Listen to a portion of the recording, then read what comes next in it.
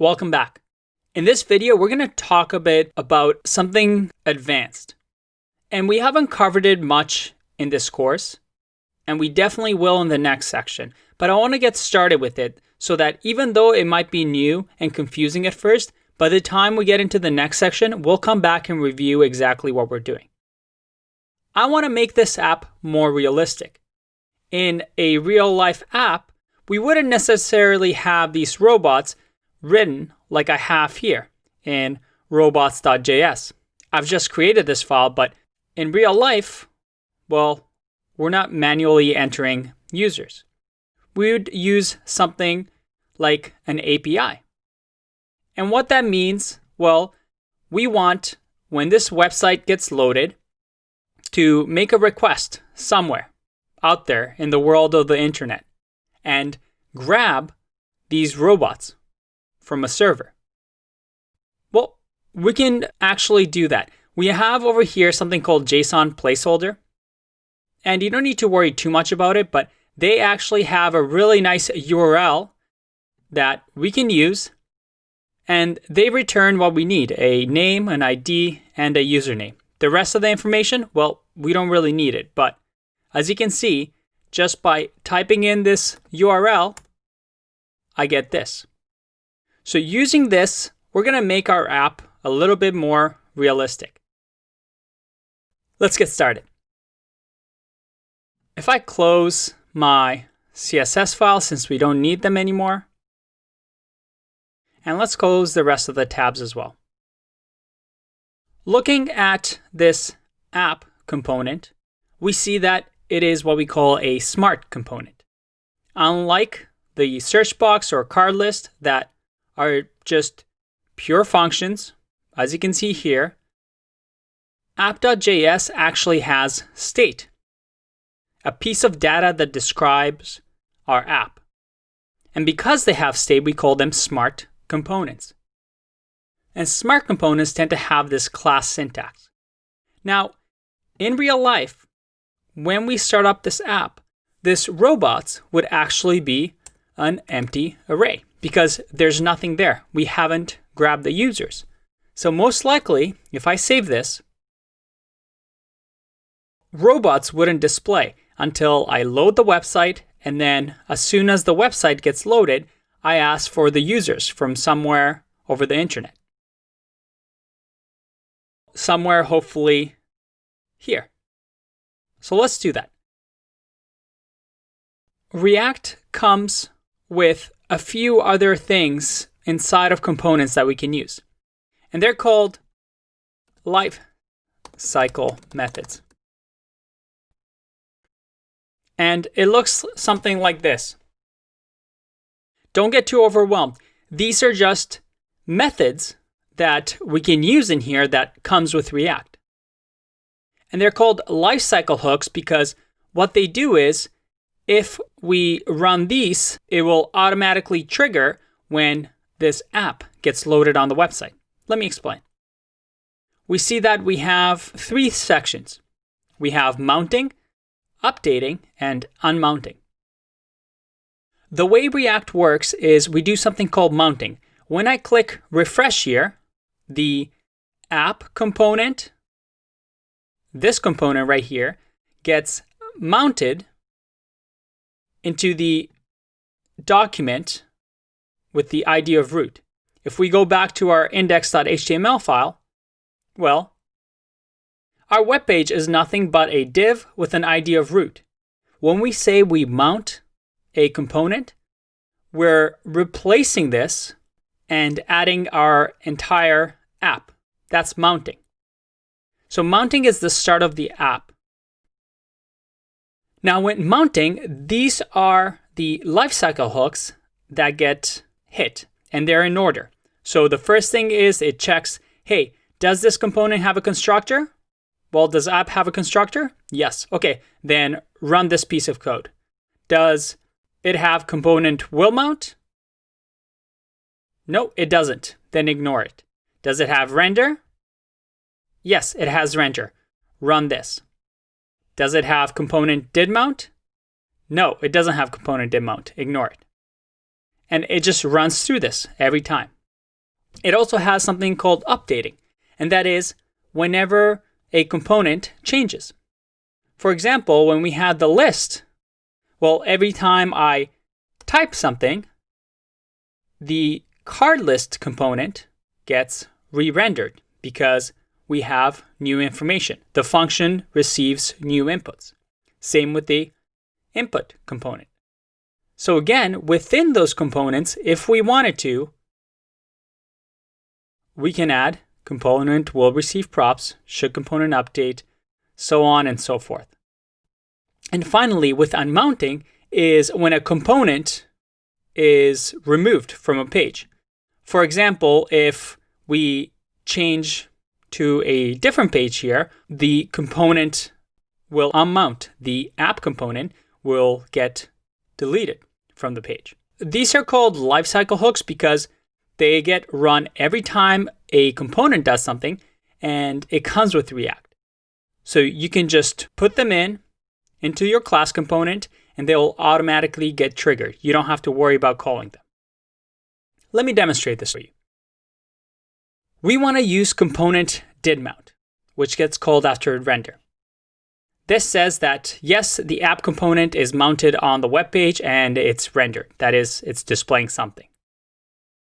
Well, we can do that by saying component didMount. And because this is part of React, notice that I'm not using arrow functions here. Now, within component didMount, I can say console.log check. If I refresh this and open up the console, you'll see that I have check. If I refresh, there you go. That was really quick, but you see that that gets called automatically even though I haven't said anything. Using this, we can do something interesting. Now, when component does mount, I can say this.setState to now have robots to the robots that we get from the JavaScript file.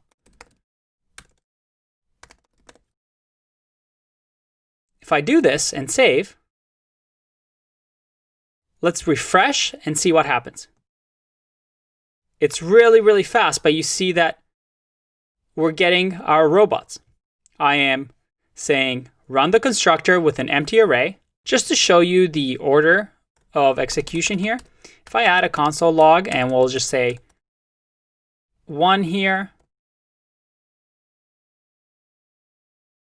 we'll say 2 here, and we'll just say 3.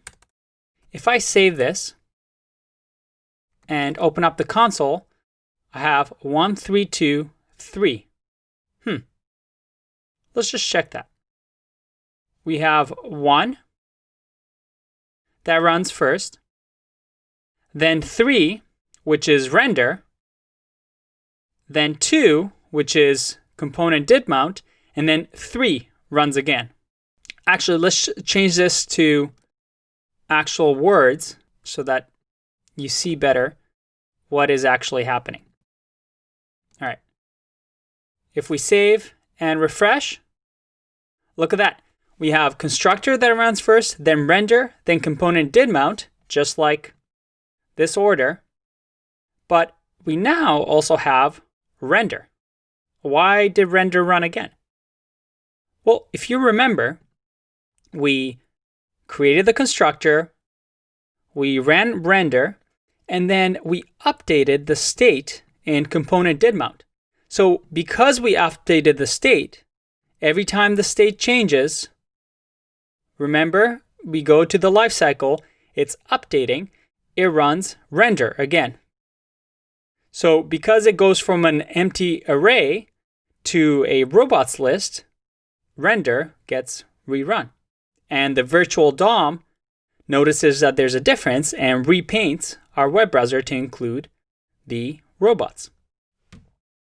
Very cool. Knowing what we just did, we can remove this and finally make this more realistic. Instead of using the robots file, I'm actually going to remove this. And in here, I'm going to show you a cool way to grab this list from here. I'm going to copy the link, and I'm going to say fetch, which we'll learn about in the next section. We're just saying make this HTTP request. And fetch receives this.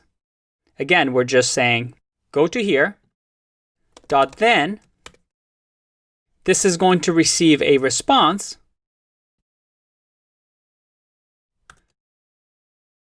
And this response is, well, this part is a little tricky. You just have to get used to it.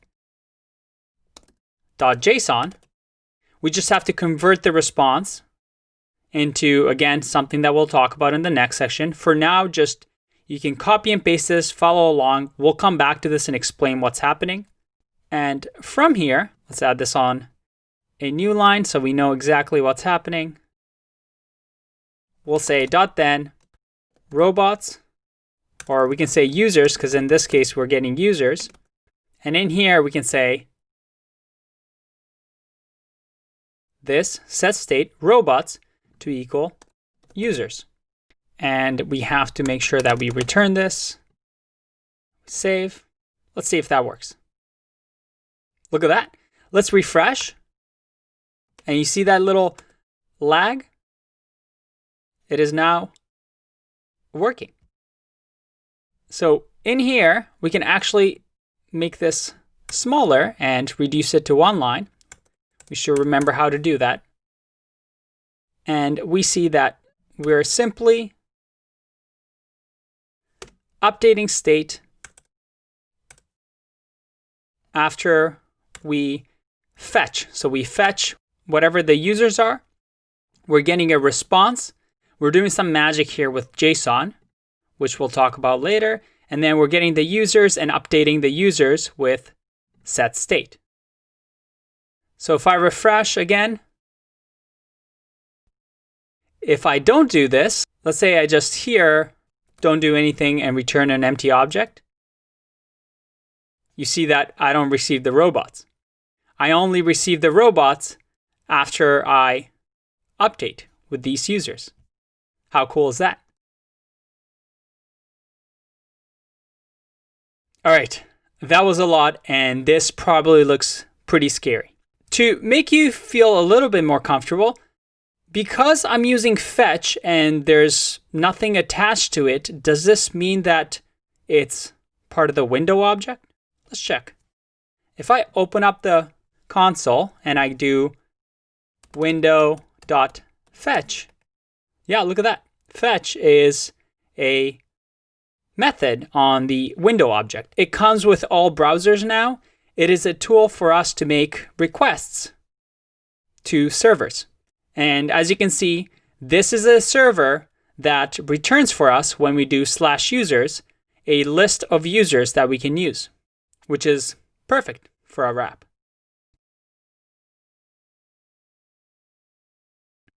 And finally, you're wondering, what if this was really slow? What if this took, I don't know, 5 seconds and we had a whole ton of users? Well, in that case, you can do something like an if statement.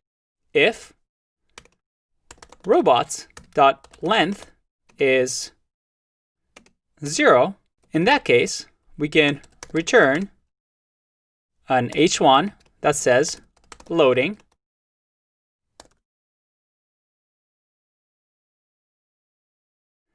Else, we can just say return this. Again, it's just JavaScript. That's the beauty in React. Oh, and you see how I get robots is not defined because it's this.state.robots.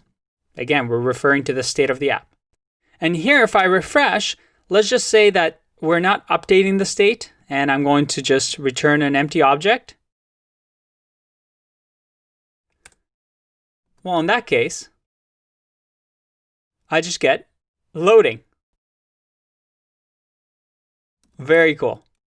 And this is how you build real apps with React.